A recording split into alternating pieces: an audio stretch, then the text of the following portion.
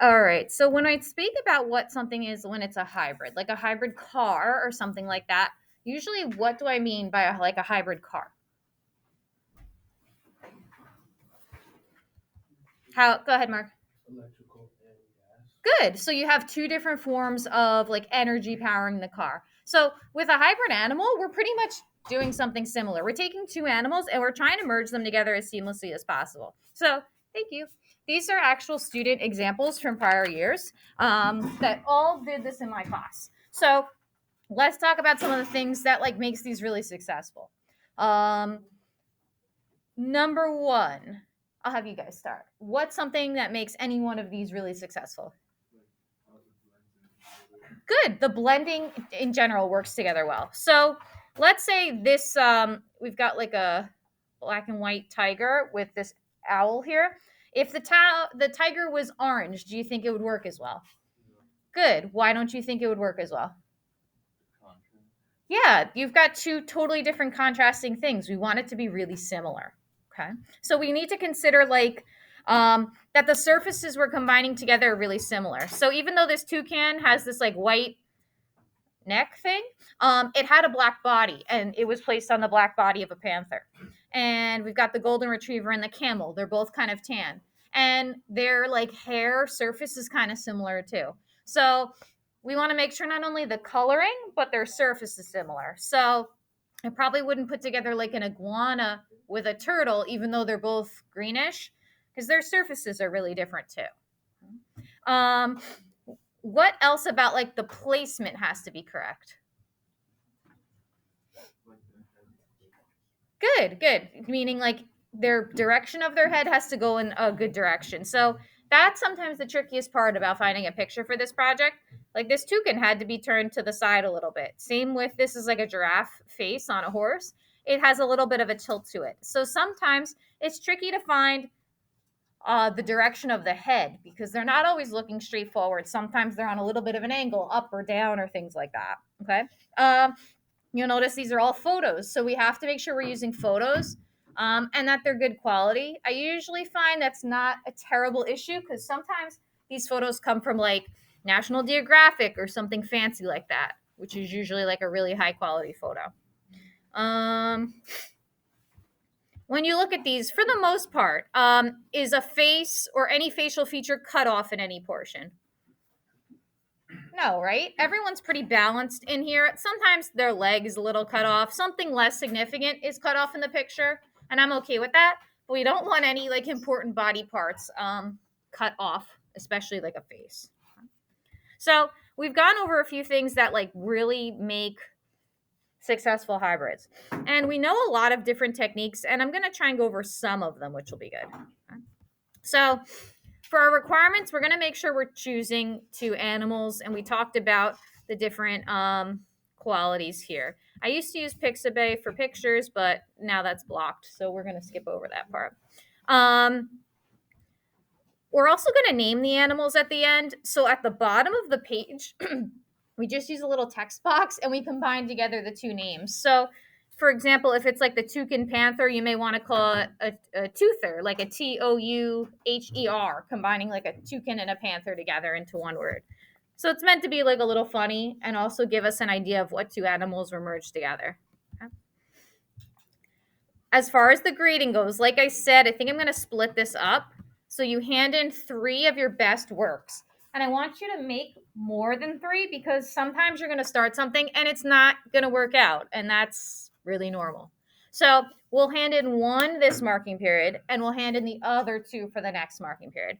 They're going to be 30 points each. So, and I'm looking for how realistic it looks, how well you brought together two different elements. This is a good point too, that the animal's occupying at least like 50% of the page. So we don't have any like giant gaping holes of space here. The focus is pretty much on the animal. Making sure we're using like clear photos. And how creative the combination is. Every year, there's always someone who's combining like the penguin and the killer whale. Because if you go to Animal Hybrid website, that's like the first one that pops up. So try and come up with your own creative like combination that's going to make it a little bit more interesting. Any questions so far about the requirements? Okay, I want to do a little demo, and then I'd say for today, if you find you could look up a bunch of animal photos and start saving them, or just start on one combo today. I'm gonna copy one from here just for the sake of time. I'm gonna combine the camel and the golden retriever together. So I saved those pictures already, and I'm actually using the same photo that this student used here. So for this project, to make sure that it's big enough, I like to start with a new file and hit print. And it's already set for me for letter, which is helpful. So I'm going to keep it like the tall way, the portrait way. Now, your picture may not be a perfect rectangle. It may be more square. That's fine. It's okay if it's not occupying all of the paper. Just try and occupy most of it. So I downloaded the picture way earlier, and I'm going to drag it into Photoshop and drop it in the middle here. Oh, that's my golden retriever. I forgot. I need the camel first. There we go. So let me drag the camel underneath.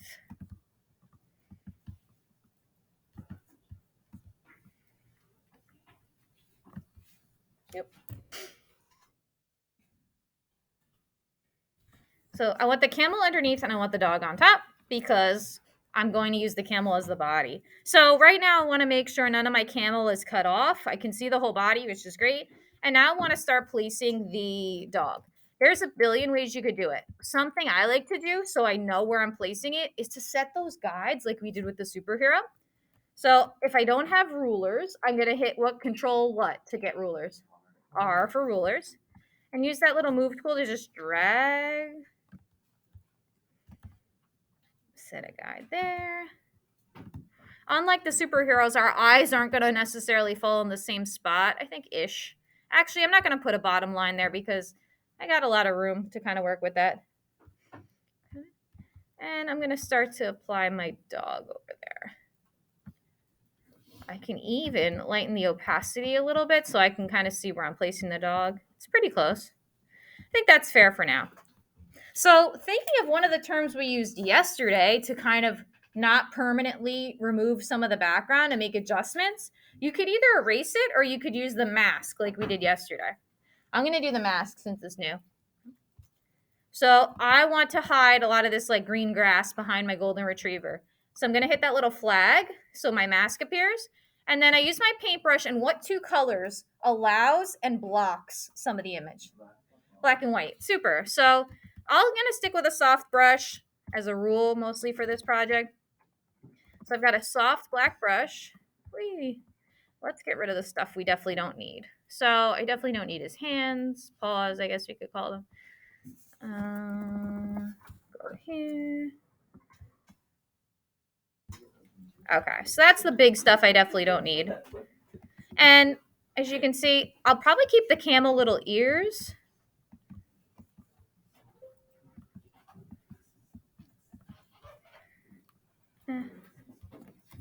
And if it's fading a little bit too much, I'm going to lower my opacity to maybe like 50%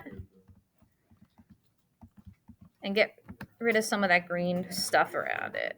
Okay, I got most of it, but for the sake of the demo, let's keep moving on. So the coloring is actually pretty close, and that's less work for me, which is nice. But now it's a matter of just playing around with where I want this head to go. I'm going to have to resize it. If your picture is like locked and you can't make it like super narrow or super wide, make sure that that little link is deselected at the top.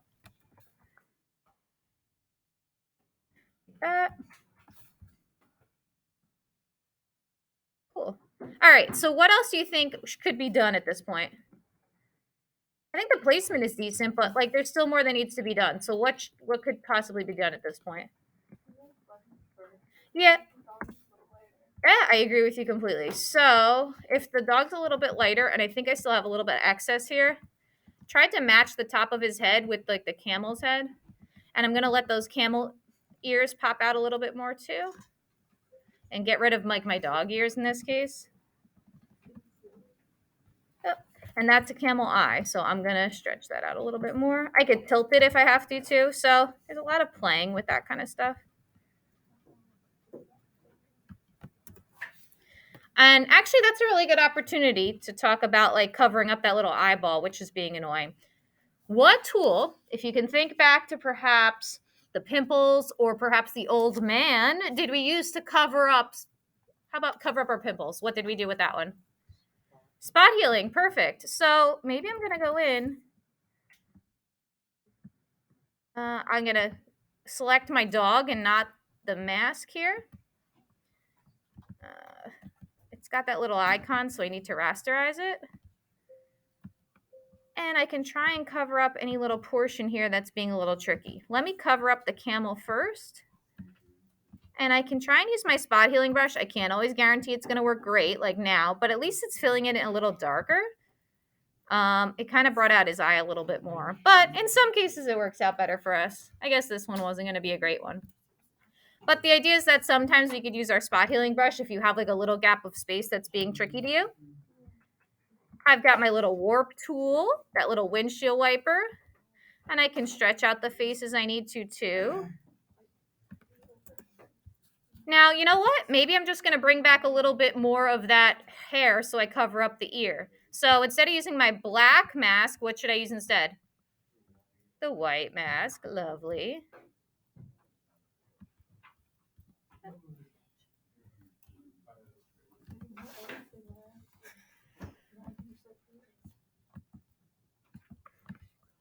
Bring up the opacity. Okay. So we have a lot of it. I'm not going to finish up this portion just quite yet because I know we need to get going. So let's talk about adjusting the coloring because we talked about a little bit about that before. Okay. What are some ways we know how to adjust coloring like we did with our superheroes? Hue saturation is fantastic. So a nice shortcut for that, you want to make sure I'm selecting like the camel in this layer, not the mask. Or I'm sorry, the dog, not the mask. Control U. And first thing you always want to do is hue at the top, just a little bit. So going a little to the right makes him a little green. I'm going to bring him a little back to the left. And then maybe I'll desaturate him a little bit. So that way the coloring is a lot more similar in that case. Lightness and darkness is kind of like the light we have going on outside. And that gets us a lot closer to where we want to be. I think I'll still go back to my mask. I'm going to take away a little bit more of the neck here. I think that's going to make it a little bit more realistic too. So for a 10-minute demo, the placement isn't terrible. What places do you think I should continue working on? The coloring, I agree with you because his face is now a little blanked out a little bit, so I can adjust my coloring a little bit more. What else about like my blending into the camel shape? Yeah, and I think it could be a little wider because I could still see the camel eyes behind here too. So I'll have to sit here and make sure I pick my dog and not the mask. And adjust the sizing a little bit more too. I could warp as much as I need. I may tilt it a little bit more too. Yeah, maybe something more like that I think would work better in my favor. Okay. So, as you can tell, it's a back and forth game of adjusting, erasing, using your hue saturation, but not a ton of new skills, that mostly stuff we've done before. Okay. Do you have any questions so far? Oh, let me just show you how to add the text, which you should know anyway. So I'm going to put my text. Guys, I'm almost done. I try and put it usually near the bottom or someplace where it's a little bit less like busy. I know the ground is kind of busy here. And I'm not going to I want to use a giant text here. Let's see if black works for us. And then you can try and do, maybe I'm going to call it a golden camel. I'll make it smaller, like 40. Maybe I'll skip 2 lines like that. And the idea is that I want to, I don't like it in black. I'd probably make it a different color or put it someplace a little less busy. But I want to add the text at the bottom so that way I could see and have an idea of what the combination of the two animals are as well. These are probably going to be really big photo files. So if you can't see it when you upload it to Classroom, we'll export them as PNGs. Any questions so far? Okay, cool. Let's keep working on it, and I'll float around in a minute.